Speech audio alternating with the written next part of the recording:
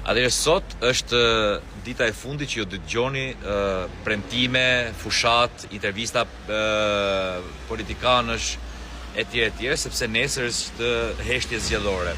Dhe besoj se të gjithë ju keni patur kohë për të vendosur se kujt do t'ja jepni votën. Kurioziteti i gjithëve neve që jetojmë në Shqipëri është se ku do shkoj vota e emigrantëve, gjithë atyre shqiptarëve pra që jetojnë në diasporë, për sa kohë ata kanë për herë të parë që votojnë nga shtetet ku ata janë, pa dashur, pa patur nevojë që të vinë në Shqipëri.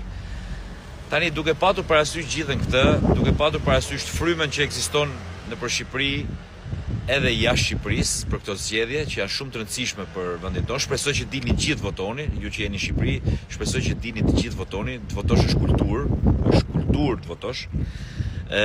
Kush mendoni se do t'i fitoj këto zgjedhje? Partia Demokratike apo Partia Socialiste? Sepse ju mund të thoni edhe parti tjera, por me çka kam kuptuar të paktën që në këto zgjedhje vazhdon të jetë gara mes dy të mëdhajave. Pra nuk kemi asnjë lloj ndryshimi në këtë drejtim. Nga një anë vjen keq, po nga një anë ashtu është realiteti, po s'është në dorën tonë kjo. Por e shoh që është mes Partisë Demokratike dhe Partisë Socialiste e gjithë gara. Pra kush do jetë kryeministri i radhës?